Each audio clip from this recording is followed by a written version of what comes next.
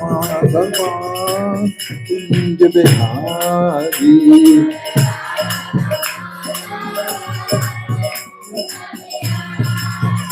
जय Radha Madhava Kunj Bihari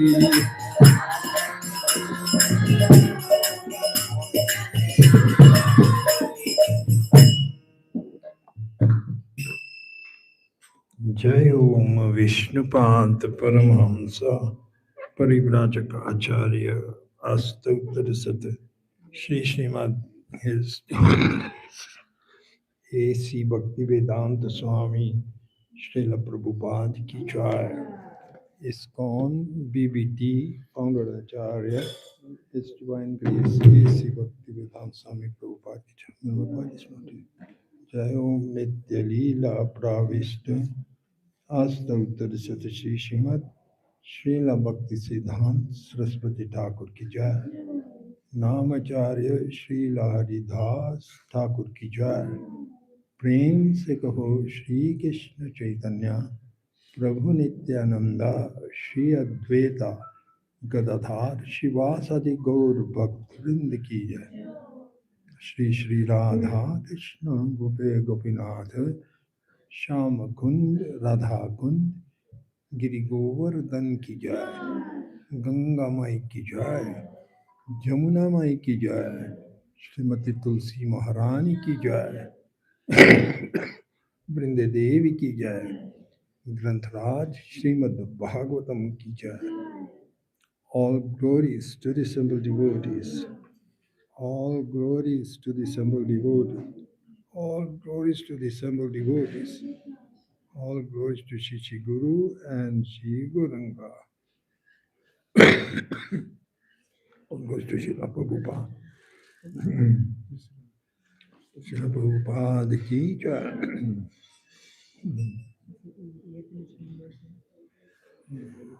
Om Namo Bhagavate Vasudevaya.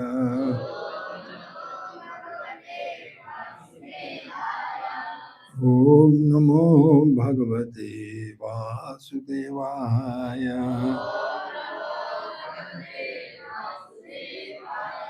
Om Namo Bhagavate Vasudevaya. Narayanam Namaskritya Naram Chaiva Narottamam Devim Saraswatim Vyasam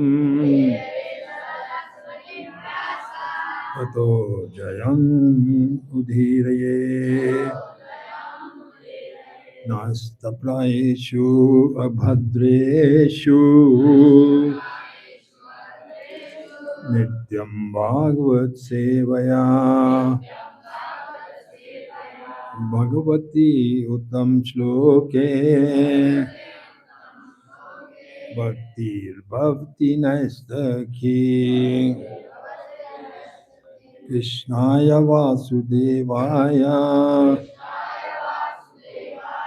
Devaki Nandanaya Cha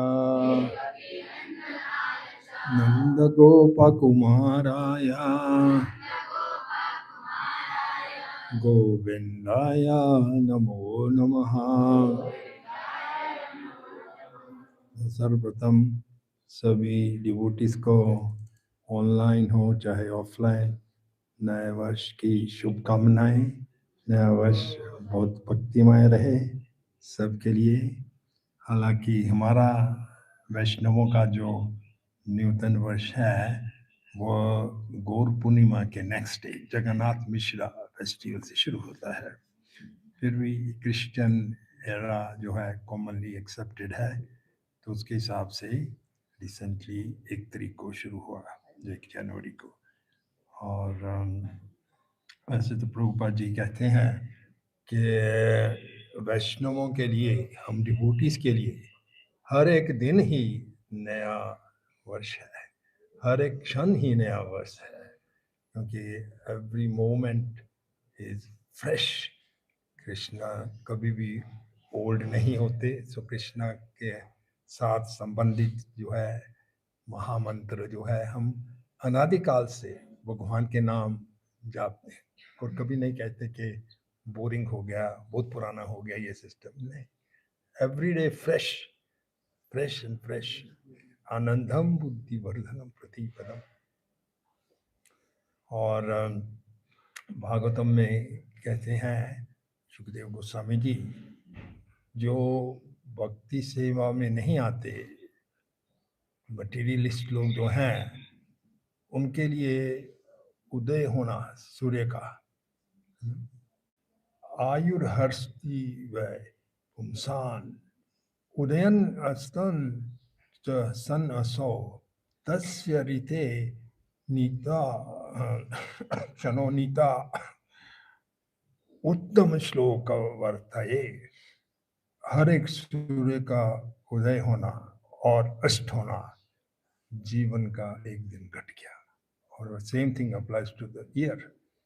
नया साल आया, happy new year तो बोलते हैं, पर एक्चुअली हैप्पी न्यू ईयर नहीं है, एक साल कट गया हमारा जीवन का, क्योंकि हमारे पास एक सीमित लाइफ टाइम है। हर एक को, हमारे ब्रह्मा जी की लाइफ सीमित है। और उत्तम श्लोक का वार्ता है, जो तस्या रीति, they are exempted. Who is exempted? जो भक्ति में लगा हो, जो उत्तम श्लोक का वार्ता है। उत्तम श्लोक की उनके लिए ये लागू नहीं है, क्योंकि ये मृत्यु के बाद फिर पुनर्जन्म नहीं लेना पड़ेगा, go back to eternal life. नहीं तो जैसे श्रीपाद शंकराचार्य जी ने बहुत सुंदर एक श्लोक बोला है, पहले मैं बोलूंगा फिर उसके बाद मैं आपको। पुनरपि जन्म पुनरपि मरणम पुनरपि जाते शरणम, यह संसार बहुत दुस्सारे कृपया पारे पाही मरारे। सब मेरे पीछे बोलिए, पुनरपि जन्म पुनरपि मरणम पुनरपि जाते शरणम, यह संसार बहुत दुस्सार कृपया पारे पाही मुरारे। बहुत सुंदर श्लोक है। एक ही श्लोक में ये संसार की क्या स्थिति है आदि शंकराचार्य जी ने बताया है। कहते हैं जो भक्ति में नहीं आते हैं उनके पुनरपि जन्म पुनरपि मरणम, बार बार जन्म, पुनर का मतलब बार बार, अगेन एंड अगेन, पुनरपि मरणम, बार बार, पुनरपि जाते जननी जाते रह, जननी जाते रह, बार बार जननी बर्थ लेना, पुनरपि जननी जाते रशन। यह संसार बहुत दुस्तार, ये संसार बहुत दुस्तार है, कृपया पारे पाही मुरारे। आदिशंकर ने कहा है, मुरारी कृपा हमको पार करो इस संसार से। और भागवतम में भी बताया है यही श्लोक सुखदेव गोस्वामी जी ने, कि जो भी भागवतम श्रवण करेगा उसके लिए ये निगम नानी है, पुनरपि जन्म पुनरपि मरण, वो इटर्नल लाइफ उसको मिलेगा। सो आज का पाठ जो है भागवतम के तीसरे स्कंद से है और 15वां श्लोक है। Take it out on this and श्लोक नंबर 10, तीसरा कैंटो स्कंद 15वां अध्याय और श्लोक number 10।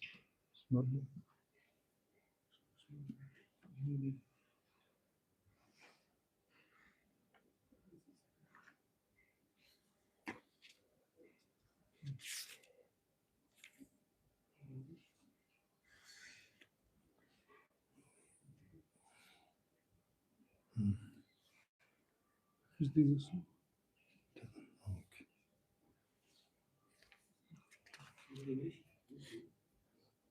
Yeah, you can give me the English.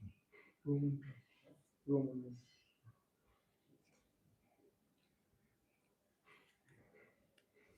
Not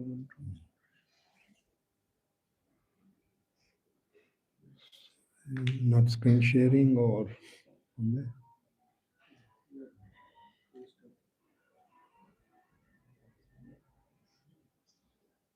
third canto, chapter 15, text number 10. एषा देवदितेर्गर्भा ओजः कश्यपम् अर्पितम् दिशास्निमिरयन् सर्वा वर्धते अग्निरिवैदसी एषा देवदितेर्गर्भा ओजः कश्यपम् अर्पितम् दिशास्निमिरयन् सर्वा वर्धते अग्निरिवैदसी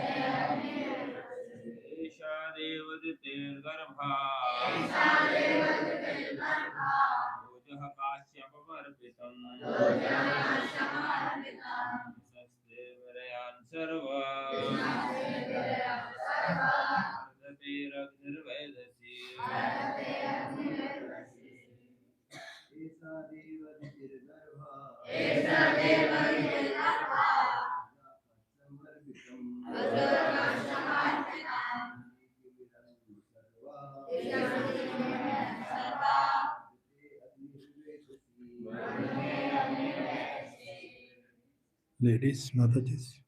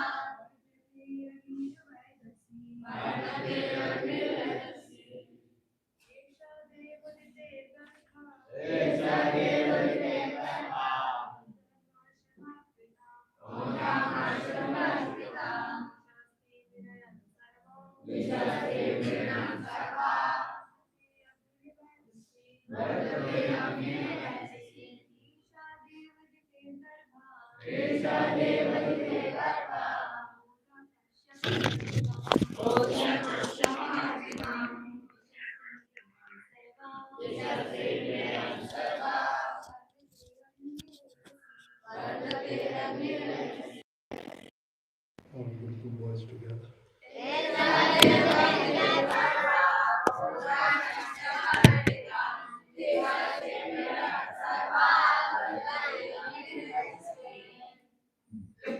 Word meanings.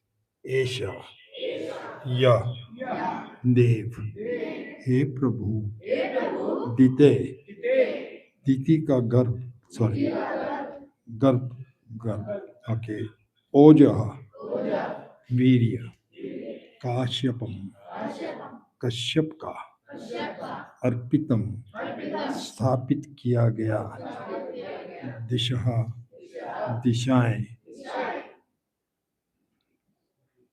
तिमिरियम, पूर्ण अंधकार उत्पन्न करते हुए, सर्वा, सारे, अद्धते, सॉरी, वर्धते, बढ़ाता है, अग्नि, आग, ईवा, सदृश, ईश्वसी, ईंधन.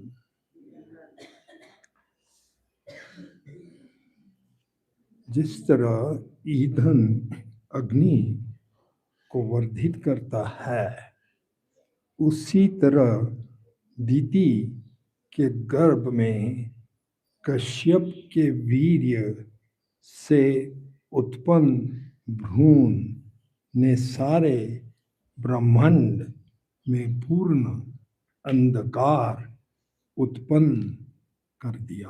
आप पीछे दोहराएंगे। जिस तरह ईंधन अग्नि को वर्धित करता है, उसी तरह दीति के गर्भ में कश्यप के वीर्य से उत्पन्न भ्रूण ने सारे ब्रह्मांड में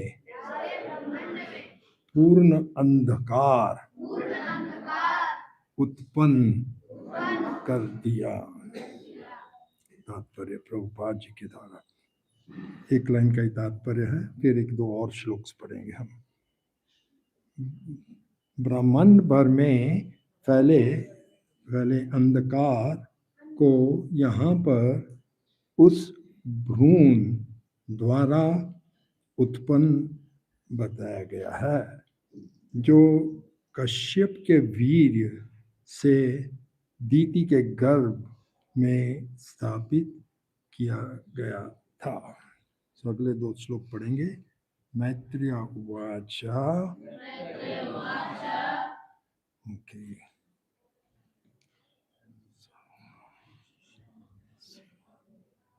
सप्रहस्य महाबाहो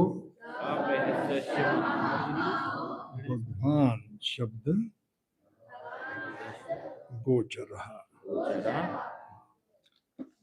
प्रत्यास्त्यात्मा भूर देवान प्रणाम रुचिरा गिरा रीनाम रुचिरा यगिरा। ठीक है, इसका ट्रांसलेशन ऐसा है कि इस तरह दिव्य ध्वनि से समझे जाने वाले ब्रह्मा ने देवताओं की स्तुतियों से प्रसन्न होकर उन्हें तुष्ट करने का प्रयास किया। तात्पर्य प्रभुपाद जी के द्वारा।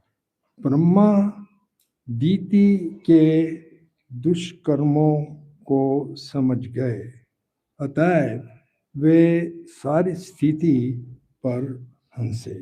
उन्होंने वहाँ पर उपस्थित देवताओं को ऐसे शब्दों में उत्तर दिया जिन्हें वे समझ सकें। और अगले श्लोक में आता है, ब्रह्मा ने कहा, मेरे मन से उत्पन्न 4 पुत्र सनक, सनातन, सनंदन तथा सनत कुमार तुम्हारे पूर्वज हैं। कभी कभी वे बिना किसी विशेष इच्छा के भौतिक तथा आध्यात्मिक आकाशों से होकर यात्रा करते हैं। तात्पर्य, जब हम इच्छा की बात करते हैं तो हमारा अभिप्राय भौतिक इंद्रिय तृप्ति से होता है। सनक, सनातन, सनंदन तथा सनत कुमार जैसे संत पुरुषों में कोई भौतिक इच्छा नहीं है, अपितु वे कभी कभी सारे ब्रह्मांड में स्वेच्छा से भक्ति का प्रचार करने हेतु यात्रा करते हैं। सनक, सनातन, सनंदन, सनत कुमार ब्रह्मांड मन में जाते हैं भक्ति का प्रचार करने के लिए। सो अगला श्लोक पढ़ेंगे, फिर उस पर हम थोड़ा सा कमेंट करेंगे। इस तरह सारे ब्रह्मांडों का भ्रमण करने के बाद वे आध्यात्मिक आकाश में भी प्रविष्ट हुए। इस संसार में भ्रमण करने के बाद फिर वो आध्यात्मिक संसार यानी कि स्पिरिचुअल स्काई में प्रविष्ट हुए, क्योंकि वे समस्त भौतिक कलमश से मुक्त थे। कलमश मीन्स सिंस, सब तरह के सिंस से फ्री थे, इसलिए वो आध्यात्मिक संसार में भी जा सकते थे। आध्यात्मिक आकाश में अनेक आध्यात्मिक ग्रह हैं जो वैकुंठ कहलाते हैं, जो पूर्ण पुरुषोत्तम भगवान तथा उनके शुद्ध भक्तों के निवास स्थान हैं। शुद्ध भक्तों के और भगवान के निवास स्थान है वैकुंठ प्लैनेट्स। और समस्त भौतिक लोकों के निवासियों द्वारा पूजे जाते हैं। तात्पर्य प्रपंच के द्वारा भौतिक जगत चिंताओं से भरा है। सर्वोच्च लोक से लेकर निम्नतम लोक पाताल तक के सारे लोकों में सारे सजीव प्राणी चिंताओं और व्यग्रताओं से भरे रहते हैं। सो टॉप मोस्ट प्लैनेट कौन सा है?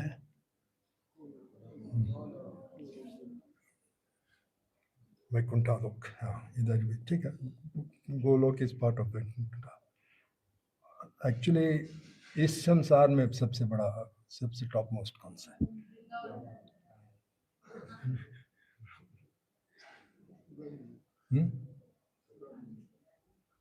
गुरु को क्या बच्चे अभी पढ़ा था हमने, सत्यलोक, ब्रह्मलोक, सत्यलोक। यस, टॉप मोस्ट भौतिक जगत में सबसे टॉप मोस्ट सत्यलोक है या ब्रह्मलोक। क्योंकि भौतिक जगत में कोई भी प्राणी शाश्वत निवास नहीं कर सकता, किंतु जीव वास्तव में शाश्वत है। उन्हें शाश्वत घर, शाश्वत धाम चाहिए, किंतु भौतिक जगत में अस्थायी स्थान स्वीकार करने के कारण वे स्वभावतः चिंता से ओतप्रोत रहते हैं। इसी का मतलब है वैकुंठ। कुंठ का मतलब है चिंता, यहाँ हमें पदम पदम पर चिंता है, और वैकुंठा यहाँ चिंता नहीं है। आध्यात्मिक आकाश में सारे लोक वैकुंठ कहलाते हैं, क्योंकि इन लोकों के निवासी सारी चिंताओं से मुक्त होते हैं। उनके लिए जन्म, मृत्यु, वृद्धावस्था तथा रोग का प्रश्न ही नहीं होता। अतएव वे चिंताग्रस्त नहीं रहते। दूसरी ओर भौतिक ग्रह के निवासी सदैव जन्म, मृत्यु, रोग तथा वृद्धावस्था में भयभीत रहते हैं। अतएव वे चिंताओं से ओतप्रोत रहते हैं। मुखम करोति वाचनम पंगुनलगयते गिरिम यत्कृपा तमहं वंदे श्री गुरु दीना तारणम परमानंद माधवम। सो ये संवाद मैत्री ऋषि और विदुर के बीच चल रहा है, और पूर्व श्लोकों में और पूर्व अध्याय में बताया है मैत्री ऋषि ने कि दीति जो कश्यप की एक पत्नी थी, उनके गर्भ में कश्यप के वीर्य से जो भ्रूण उत्पन्न हुआ, उसके कारण पूरे ब्रह्मांड में अंधेरा फैल गया। वो भ्रूण जो था उसका क्या रहस्य है, उसके बारे में आगे चलकर मैत्रेय ऋषि बताते हैं विदुर जी को। ऐसे में जब भी पूरा अंधेरा हो गया, अंधकार पूरे ब्रह्मांड में, तो देवतागण बहुत चिंतित हो गए और ब्रह्मा जी के पास गए और उन्हें बहुत सुंदर स्तुतियां से ब्रह्मा जी को प्रसन्न किया और इस अंधकार होने का कारण पूछा। तो ब्रह्मा जी सब कुछ जानते हैं और इस बात से परिचित थे कि दीति का अनुचित समय से गर्भ धारण करने से यह स्थिति हो रही है। और ये क्योंकि ये पूरा जो कैंटो स्कंद है भगवान के अन्य अवतारों पर लेकर जा रहा है। तो यही दीति के गर्भधान होने से, प्रेग्नेंट होने से 2 अवतार भगवान के आते हैं। वो हैं वराह अवतार पहले सबसे, और दूसरा नरसिंह अवतार, और फिर अगले कैंटोस में आते हैं इसी से संबंधित हैं, वो हैं श्री राम जी का अवतार। राम जी का अवतार वो हम बताएंगे कैसे ये सब अवतार आते हैं टर्न बाय टर्न। और फिर कृष्ण जी का भी अवतार से भी कनेक्टेड है। और एक बात हम अभी तो नहीं बताएंगे, बाद में आपको बताएंगे या आपको गेस करने का है, एक और अवतार भी है। तो 5 अवतार ये प्रत्यक्ष रूप में सुखदेव गोस्वामी जी ने प्रसंगों के द्वारा, जैसे अभी मैत्रेय ऋषि बता रहे हैं, प्रसंग के द्वारा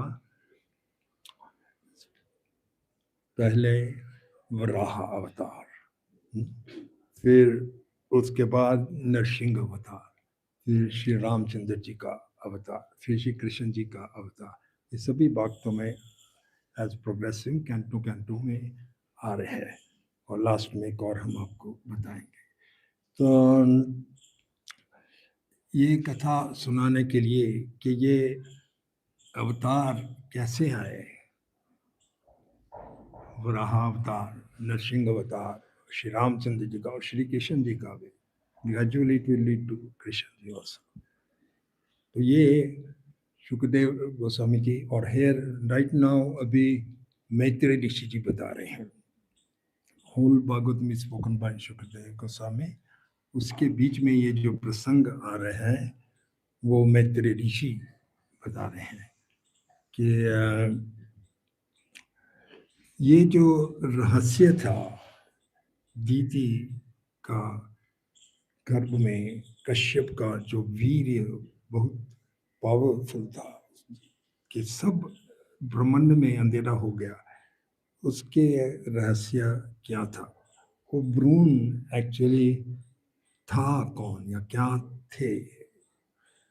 तो उसका उत्तर देने के लिए मैत्रेय ऋषि जी ब्रह्मा जी को कोट करते हैं। ब्रह्मा जी अभी बोल रहे हैं कि जो देवताओं से ज्येष्ठ पुत्र थे, 4 पुत्र थे, उनका नाम था सनक, सनातन, सनंदन और सनत कुमार। वो किसी भी भौतिक जगत में या आध्यात्मिक जगत में किसी स्थान में जा सकते थे। क्लेश यानी कि सिन से दूर थे, क्लेश से मुक्त थे। वैसे तो वो एक्चुअली काफ़ी एज में काफ़ी वृद्ध थे, लेकिन ताकि वो माया से कवर नहीं हो, माया से प्रभावित नहीं हो, उन्होंने चयन किया कि वो बाल ब्रह्मचारी के रूप में, बाल ब्रह्मचारी के रूप में ही रहेंगे। तो इसी अध्याय में बताया जाता है, ये टाइटल है इस चैप्टर का कि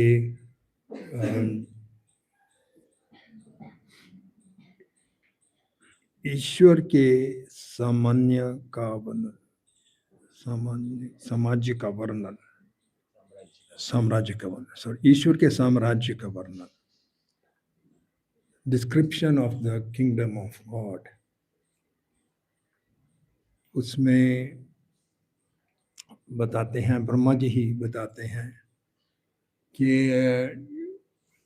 सब कुछ इटर्नल है।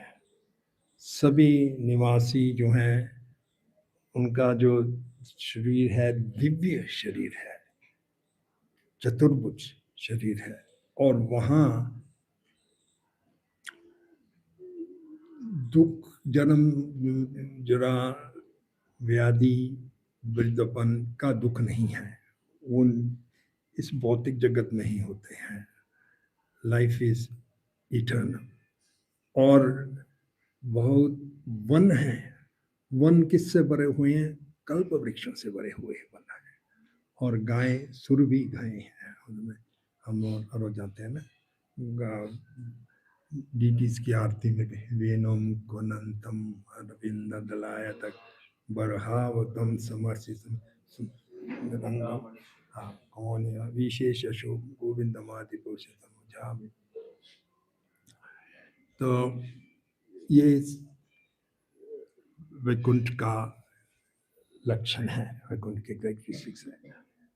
तो अभी ये मैत्र ऋषि बता रहे हैं, क्योंकि उनका लक्ष्य ये है कि भगवान के अवतार जो हुए हैं उनका वर्णन करना। तो अभी वो शुरू करेंगे कि कैसे ये जो भ्रूण था, आखिर था कौन? दीति के वर्णन, जो दीति के कोख में जो भ्रूण था जिससे पूरे ब्रह्मांड में अंधेरा फैल गया, उस स्थिति ऐसी आई कैसे? पूर्व ने हमने पढ़ा है, क्योंकि दीति और कश्यप के अनुचित समय यूनियन के पश्चात ये स्थिति आई। हालांकि कश्यप ने, ऋषि ने दीति को चेतावनी दी थी, ये क्षण ठीक नहीं है, क्योंकि बहुत से भूत प्रेत उस समय संध्या के समय महादेव के साथ जाते हैं। लेकिन क्योंकि दीति ने हट किया तो ऐसी स्थिति आई। सो अभी बताते हैं, ब्रह्मा जी को कोट करते हुए कि 4 कुमार कहीं भी जा सकते थे और ऐसे ही भ्रमित करते थे। जाते हैं तो वो प्रचार करने के लिए जाते हैं, कोई भौतिक इच्छा के लिए नहीं जाते हैं, प्रचार करने के लिए ही जाते हैं। उनका संप्रदाय भी है एक चतुषना संप्रदाय, जिसके प्रेसिडेंट आचार्य निम्बार्क हैं। तो ऐसे में वो एक बार वैकुंठ तक पहुंचे, और वैकुंठ में पहले 6 गेट तो उन्होंने पार कर लिए। जब इस 7वें गेट तक पहुंचे द्वार, तो वहाँ के जो द्वारपाल थे, का नाम था जय और विजय, उन्होंने उनको रोक लिया, आप नहीं आ सकते घर में, क्योंकि आप ब्रह्मचारी, बाल ब्रह्मचारी है। तो ऐसे में जो चतुष्षान थे वो रोषित हो गए, उनको क्रोध आ गया। ये आपने ये जज किया है, निष्कर्ष निकाला है, क्योंकि मात्र हम बाल स्वरूप में हैं, कौन उचित है कौन नहीं, कौन योग्य है कौन नहीं, ये तो भेदभाव जो होता है, ये तो मार्त्य लोग के जो लोग हैं, भौतिक जगत के लोग हैं वो ऐसा भेदभाव करते हैं। जो लिबरेटेड होते हैं, जो विकुंठवासी हैं, उनको ऐसा भेदभाव नहीं करना चाहिए, क्योंकि वैकुंठ में सब कुछ इटर्नल है, सबके शरीर दिव्य हैं। ये भेदभाव आपने किया, ये उचित नहीं था आपके लिए। ये सब भेदभाव तो ब्रह्मांड, जो भौतिक ब्रह्मांड है, संसार, उनके वासी करते हैं। आप वैकुंठ में रहने के योग्य नहीं हैं। तो हम शाप देते हैं कि आप वहाँ जाओ जहाँ ये भेदभाव होते हैं। जय श्री श्री राधा गोविंद की जय, गौर निताई की जय। जैसे ये वहाँ भेदभाव होते हैं, उस स्थान में आप जाओ। तो उन्होंने ये श्राप तो दे दिया, इसके पीछे भी बहुत रहस्य की बातें हैं कि एक्चुअली जय और विजय जो थे वो भगवान के द्वारपाल तो थे ही, साथ साथ भगवान का भाव जो है वो समझ पाते थे।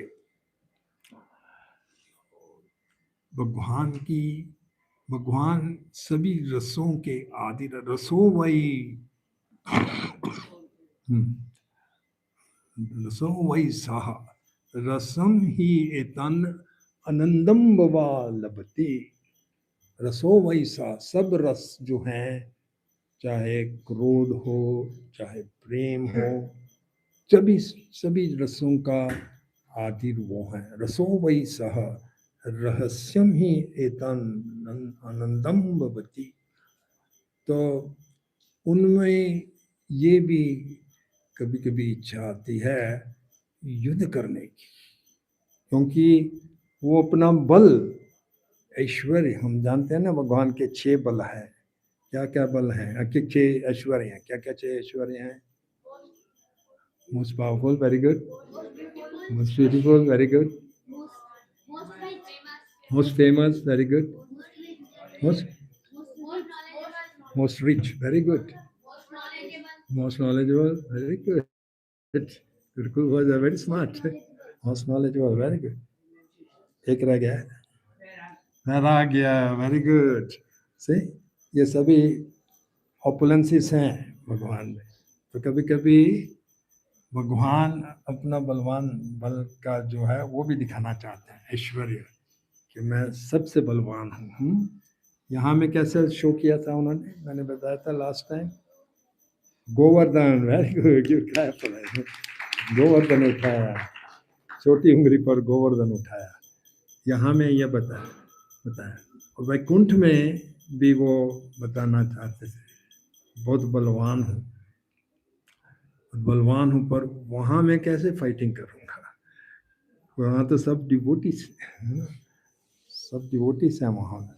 युद्ध किससे करेंगे? कोई दुष्ट हो या उसके साथ करेंगे, जो भगवान को चैलेंज करे, उनके समान, जो उनको सेटिस्फाई कर सके।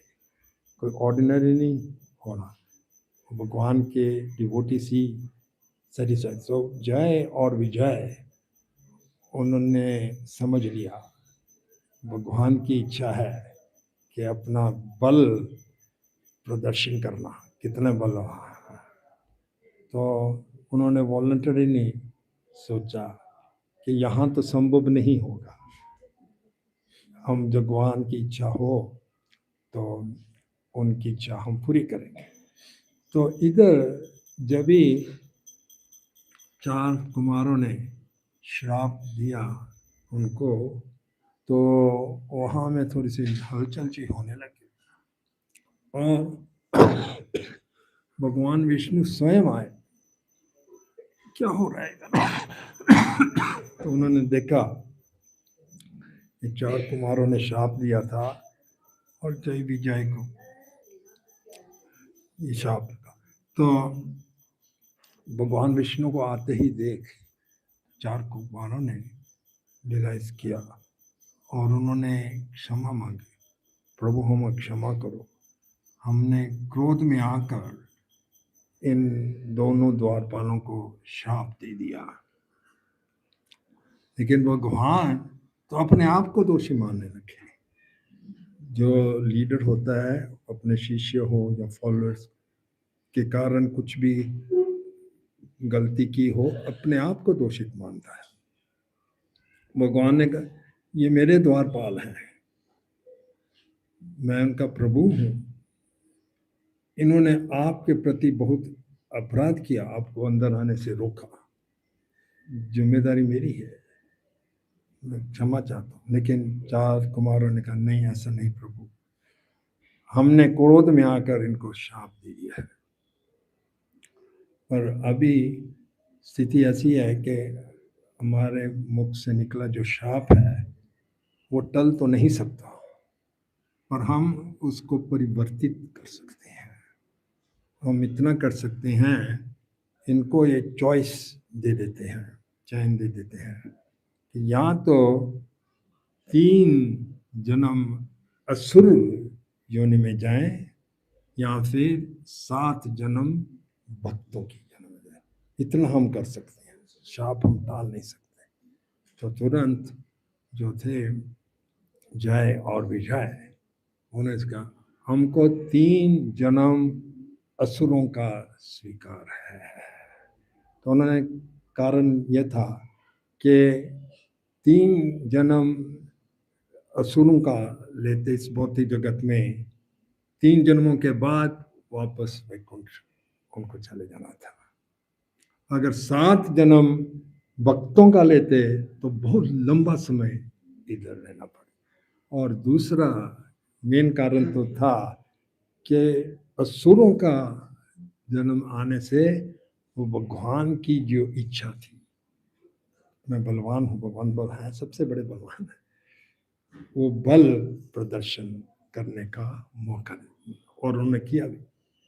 तो इसीलिए उन्होंने ये 3 जन्म स्वीकार कर लिए। और ये 3 जन्म थे, एक चौथा भी आता है, उसके बारे में बाद में बताएंगे। तो ये 3 जन्म स्वीकार कर लिए। तो इसलिए पहले जन्म जो था हिरण्यकाशिपु और हिरण्याक्ष, हिरण्यकाशिपु और हिरण्याक्ष, यह पहला था।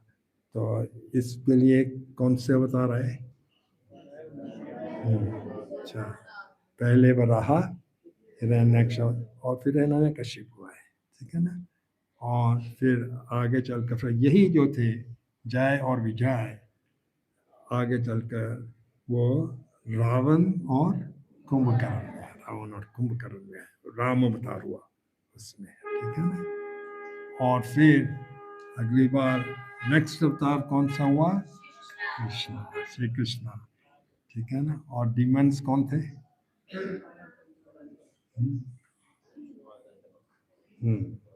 शिशुपाल और दंतवक्र, ये आए, ठीक है ना। ये 3 अवतार हो गए।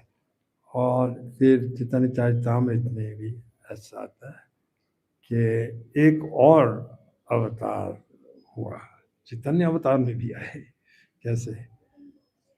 चैतन्य महाप्रभु जगाई मदाई, ठीक है ना। तो इस तरह से ये अद्भुत लीला है भगवान की।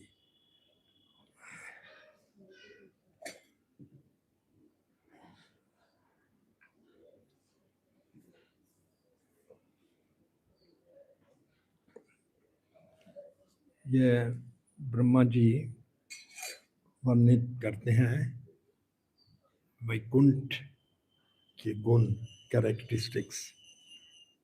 वैकुंठ जहाँ में कोई भी एंजाइटी नहीं है, कोई भी चिंता नहीं है। भक्तों को वो चिंता होती है तो खाली भगवान के लिए चिंता। यशोदा मैया हमेशा चिंतित रहती है, मेरा लाला सेफ तो है, कोई डीमन से अटैक तो नहीं किया या करेंगे। इसीलिए ब्रह्मांड घाट के पास हम रिसेंटली गए भी थे ना, वहाँ में एक महादेव जी का टेम्पल है, चिंताहर महादेव, है ना। यशोदा हमेशा प्रार्थना करती थी महादेव जी से कि मेरे लाला कान्हा की रक्षा करो। तो ये अध्याय में वैकुंठ का वर्णन और ये इनका 3 जन्मों में आना, जय विजय का, और उनके साथ जो अवतार हुए वो भी वर्णन किया गया।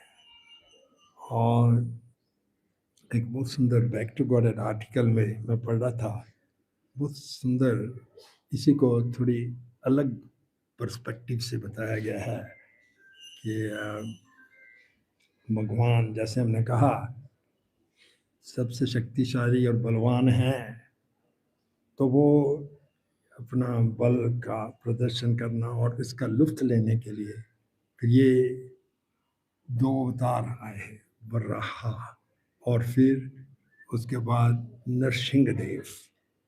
और फिर जब नरसिंह देव का अवतार हुआ तो नरसिंह देव इतने क्रोधित थे, उनको कोई भी शांत नहीं कर पा रहे थे। ब्रह्मा जी, देवता सभी पीछे रह गए, बहुत क्रोधित है, उनको में साहस नहीं था आने का नरसिंह देव की पास।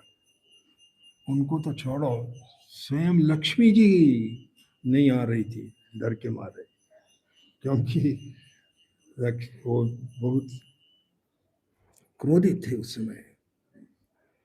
फिर ब्रह्मा जी ने प्रहलाद को भेजा, बेटा तुम जाओ, तुमको देखकर वो शांत हो जाएगी। तो प्रहलाद को भेजा, और जैसे प्रहलाद गए, प्रहलाद को देखते ही नरसिंह देव शांत हो गए और उन्होंने प्रहलाद को अपनी गोद में बिठा लिया। नरसिंह देव, जिनको और कोई शांत नहीं कर पा रहे थे, स्वयं लक्ष्मी जी भी नहीं शांत कर पा रही थी, प्रहलाद को अपनी गोद पर बिठा। सो हमारे आचार्यगण बताते हैं कि उस समय नरसिंह देव में ऐसा है कि देखो, प्रहलाद बस एज ए चाइल्ड बस मेरे गोद में है, तो उनमें भी इच्छा आई कि वह भी ये वात्सल्य रस का अनुभव करें। वात्सल्य रस, अभी तक जो अवतार हुए थे, चाहे वराहा, मीना अवतार, नरसिंह अवतार, इन्होंने कोई माता पिता को स्वीकार नहीं किया था।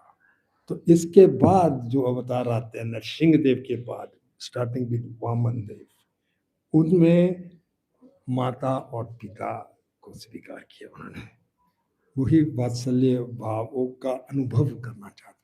प्रहलाद बहुत हैप्पी है वात्सल्य, मैं भी ये वात्सल्य का अनुभव करना चाहता हूँ।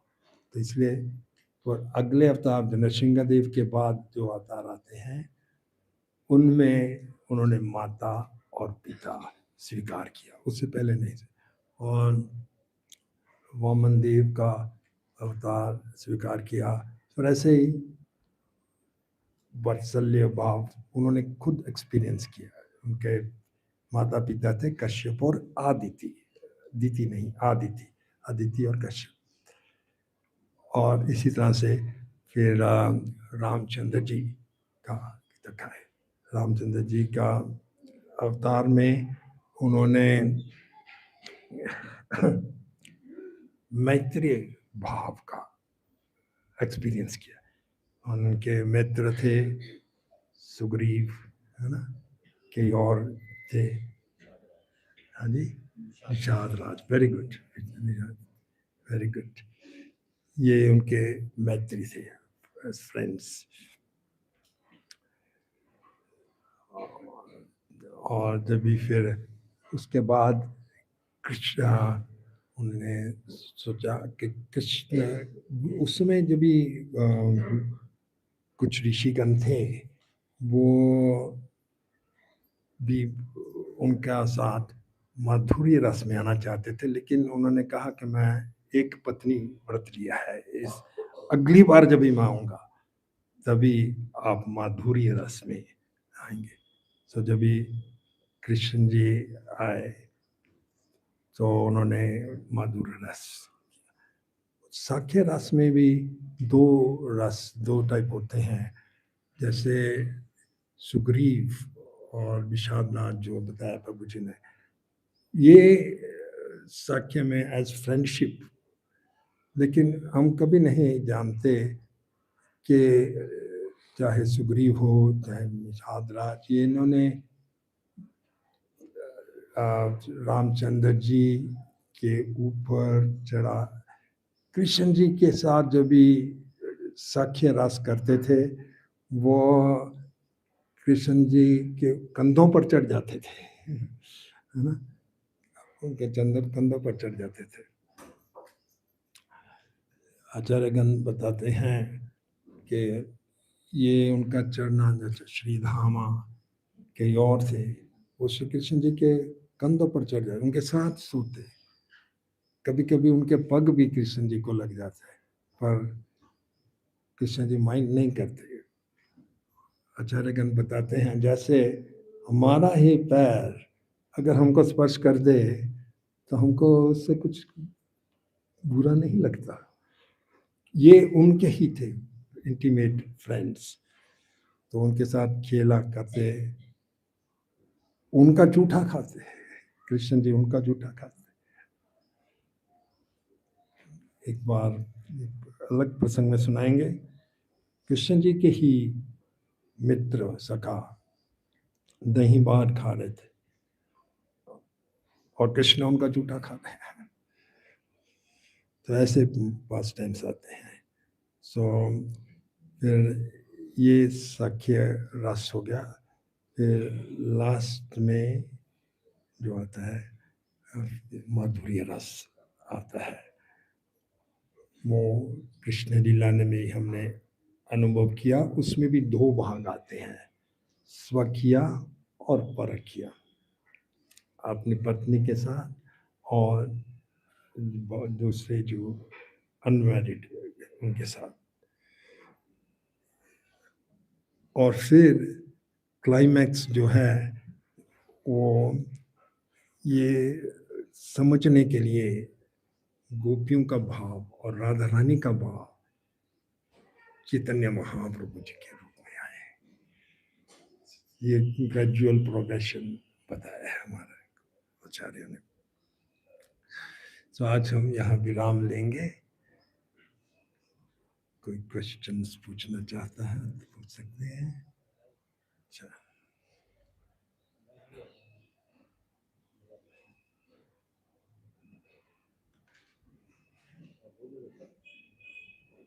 हरे कृष्णा। ऑनलाइन किसी का कोई प्रश्न तो रेज योर हैंड, ऑफलाइन पूछ। रणवीर है।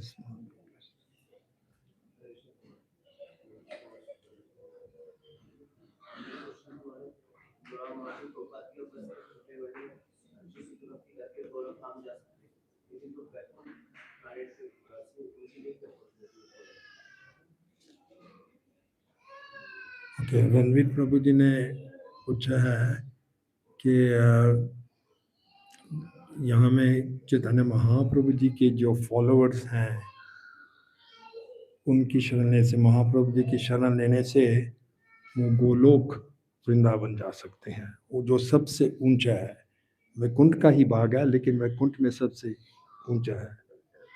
तो रणवीर प्रभु जी का प्रश्न है कि जो वैकुंठ में है उनके की गति है, तो वो कैसे गोलोक वृंदावन जा सकते, वैकुंठ जाना ही बहुत बड़ी बात है। वैकुंठ जाना ही बहुत बड़ी बात है। हाँ महाराज जी, जैसे कि महत्वपूर्ण पॉइंट बताया आपने, जैसे आपने बताया कि वैकुंठ मतलब जहाँ पे कोई एंजाइटी नहीं है ना, भेदभाव नहीं है। और हमने कई बार प्रभुपाद जी के प्रवचन में प्रभुपाद जी के शिष्य ने सुना कि ISKCON is also extension of Vaikuntha. तो नाउ वी कैन सी, हम देखते हैं कि बहुत सारे आध्यात्मिक संस्थानों में, यहाँ तक कि हम इस्कॉन के अंदर भी हम लोगों के अंदर इनसिक्योरिटीज रहती हैं, ड्यूअलिटीज का भाव रहता है, ये मेरा है ये तेरा है ना, और ऑलवेज है name fame glories everywhere same story. तो वो भाव का आने का कारण क्या है और उसका समाधान क्या है कि हम इसका मतलब वास्तव में वैकुंठ में नहीं है, मतलब इस्कॉन में नहीं है, क्योंकि इस्कॉन मतलब नो एंजाइटी। बाहर रूप से हम इस्कॉन में है, लेकिन आंतरिक रूप से अभी शायद आने में हमें समय है, मतलब भारत क्या।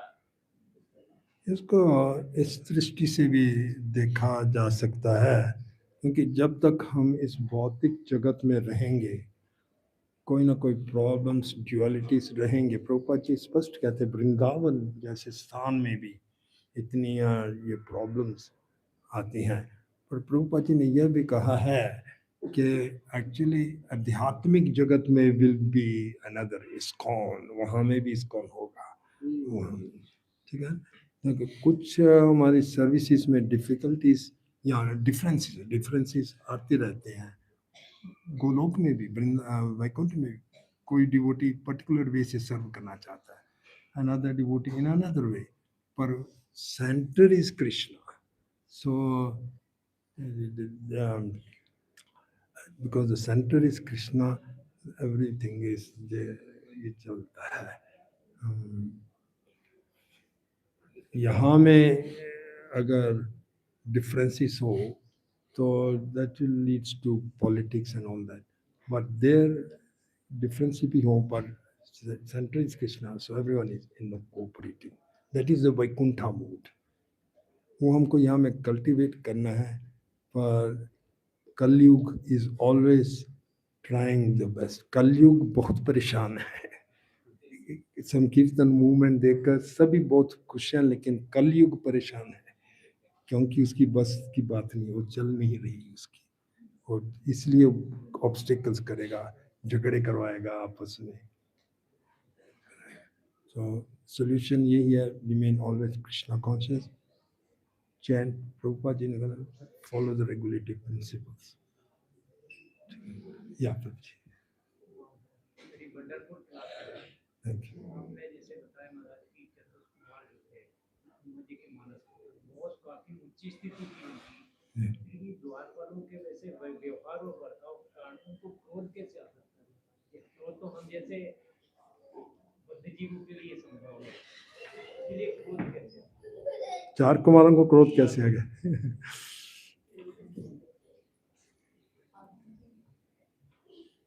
तो से समझेंगे कि भगवान की लीला होनी थी, उसके लिए कई बार भगवान अपनी लीला करने के लिए अपने डिवोटीज को एम्प्लॉय करते हैं, क्योंकि अगर वो शाप नहीं देते तो ये आगे चलकर अवतार ही नहीं आते, ठीक है ना, क्योंकि उन्होंने शाप दिया। तो और शाप भी ऐसा दिया कि भौतिक जगत में जाओ आप, और कुछ परिवर्तन करने, वो कैंसिल नहीं कर सकते थे लेकिन परिवर्तन कर सकते थे। ठीक है, 3 बार भक्तों का, 3 बार असुरों का या 7 बार भक्तों का, ये भी उनकी प्लानिंग थी, उनको तो 3 बार वो चाहिए।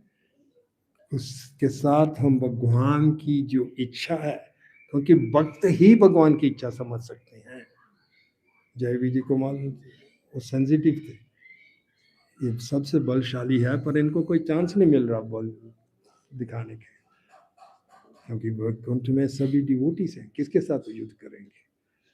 तो हम भौतिक संसार में जाएंगे और इनकी इच्छा पूरी करेंगे। ये एक भगवान एक लीला करते हैं तो 7 मकसद पूरे हो जाते हैं। चैतन्य चरितामृत में लिखे, एक चीज करते हैं 7 मकसद। जय विजय का भी इच्छा पूरी हो गया, क्योंकि वो अपने भगवान को सेटिस्फाई करना चाहते थे, भगवान की इच्छा भी पूरी होगी। सनक सनातन को भी इन्वॉल्व हो गया, उनका भी कितने पावरफुल हैं। और फिर एक्चुअली भगवान की अल्टीमेट इच्छा यह थी कि अवतारित होना, अवतार से नहीं आते, क्योंकि उन्होंने श्राप दिए। तो ये दोनों डीमंस जो आए जय विजय ही थे, वराह अवतार आ गया, फिर रामचंद्र जी, और लास्ट में कृष्ण जी के बाद चैतन्य महाप्रभु। अद्भुत लीला है भगवान की, कभी हम नहीं समझ पाते।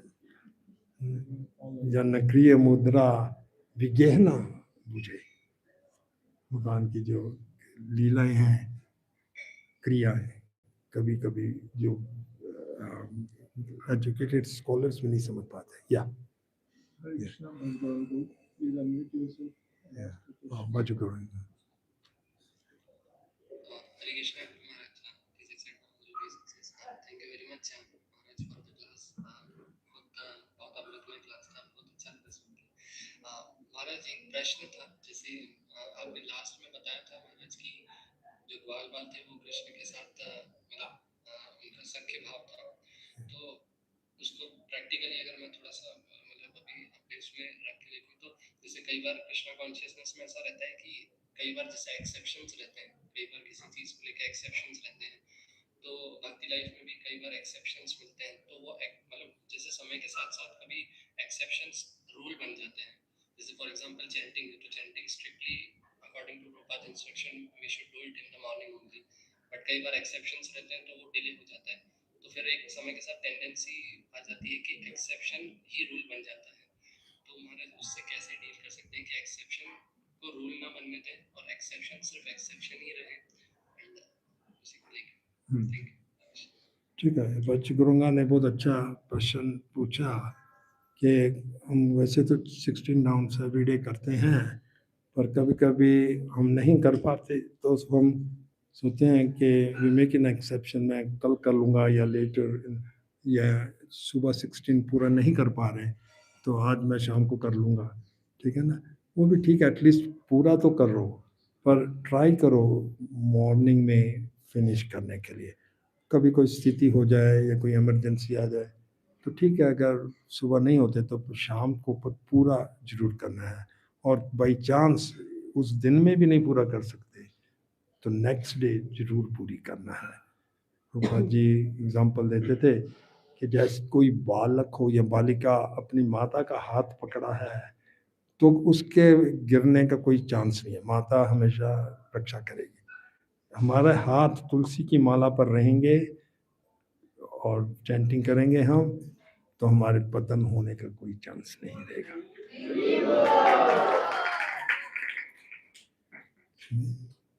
चैंटिंग ट्राई करो जितना हो सके मॉर्निंग में, अगर किसी स्थिति में नहीं कर सकते तो दिन भर में एटलीस्ट कर लो, है ना, और अगर वो भी नहीं हुआ तो नेक्स्ट डे जरूर फिनिश करने का। Okay, yes yes.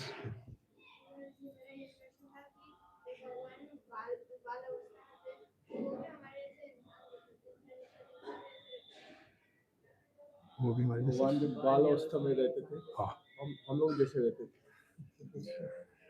आपसे ज्यादा नटखट थे।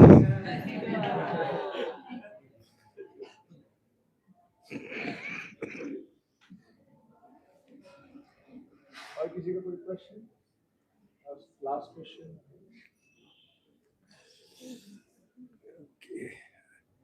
ओके, पुनः सबको नए वर्ष की शुभकामनाएं। न्यू वर्ष में अधिकतर प्रभुपाद जी की बुक्स स्टडी करो, डिस्ट्रीब्यूट भी करो और साधना भी अच्छा करो।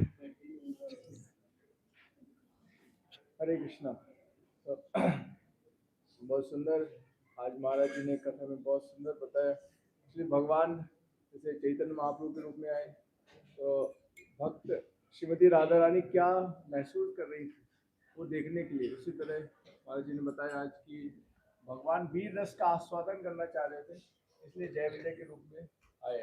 और जब जय विजय उनके भक्त आए और उनको वीर रस का आस्वादन दिलाने के लिए, तो भक्ति भगवान के भाव समझ सकते हैं। और जब नरसिंह देव के रूप में आए तो प्रहलाद कितना वात्सल रस का आस्वादन कर रहे थे, तो महाराज जी बता रहे थे कि कैसे उनका मन हुआ कि मुझे भी वात्सल रस का आस्वादन करना था, इसलिए बामन देव के रूप में आ गए। तो ऐसा भक्त क्या आस्वादन करते हैं इसको देखने के लिए, उसी तरह चैतन्य लीला में वो स्वयं भक्त बन के आ गए, राधा रानी क्या आस्वादन करती है। तो ये कंपटीशन रहता है, प्रभुपाद जी बताते हैं, दुई लागे हुड़ा होड़ी, दोनों में कंपटीशन रहता है। बहुत सुंदर महाराज जी ने बताया कितने दसों का ये आस्वादन और ये आनंद चलता रहता है। और स्पिरिचुअल वर्ल्ड में तो इस्कॉन प्रभुपाद जी बोलते थे, महाराज जी ने बताया कि स्पिरिचुअल वर्ल्ड में भी इस्कॉन है, तो हम लोग सदैव इस्कॉन में ही रहेंगे, इस्कॉन छोड़ के कहीं नहीं जाएंगे। तो महाराज जी के आश्रम में तो बहुत सुंदर कृष्ण कथा, इतना सुंदर मधुर महाराज जी के मुखारबिंद से हम सबको श्रवण करने का अवसर मिला। और हर परिवार और वेडनेसडे डे को भी और फेस्टिवल्स में भी महाराज जी का सारी कथा के माध्यम से होता है, बहुत सुंदर। हम सबका परम सौभाग्य है कि प्रभुपाद जी के शिष्य बहुत कम अभी इस धराधाम पर हैं और महाराज जी उनमें से एक हैं, अपने शिष्य हैं उनके। तो हम सब उनका हृदय से धन्यवाद देंगे और उनकी कृपा की प्रार्थना करेंगे, उनको प्रसन्न करने का प्रयास करेंगे। तो एक बार हृदय से हरे कृष्ण महामंत्र बोल के उनका हम धन्यवाद देंगे। हरे कृष्णा कृष्णा कृष्णा हरे हरे, हरे राम हरे हरे। श्रीमद् भागवतम की जय, श्रील प्रभुपाद की जय, श्रील प्रभु महाराज की जय।